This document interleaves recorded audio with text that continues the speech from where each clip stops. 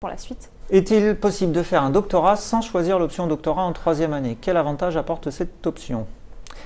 Alors oui, bien sûr, il y a la grande majorité des étudiants qui poursuivent leurs études après un diplôme d'ingénieur en doctorat ne le font pas dans le cadre de l'option doctorat.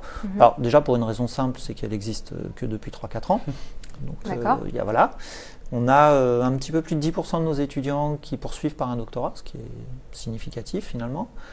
Et dans l'option doctorat, on en a moins d'une dizaine. Donc on voit bien qu'il y a un ratio un peu différent. Alors l'avantage de l'option, c'est de commencer sa thèse plus tôt, si j'ose dire. Nous on considère, alors on a un système de formation à 2 options, comme l'a dit Adrien tout à l'heure, qu'on essaie de ne pas mettre tout à fait dans le même domaine, volontairement, pour ouvrir un peu l'esprit des étudiants. Et on considère que la vraie spécialisation, c'est pas l'option, c'est le doctorat.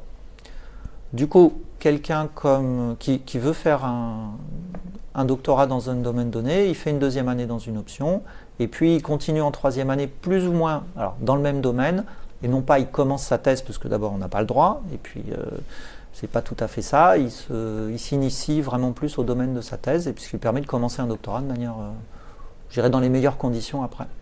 Est-ce que tu as envie de faire un doctorat?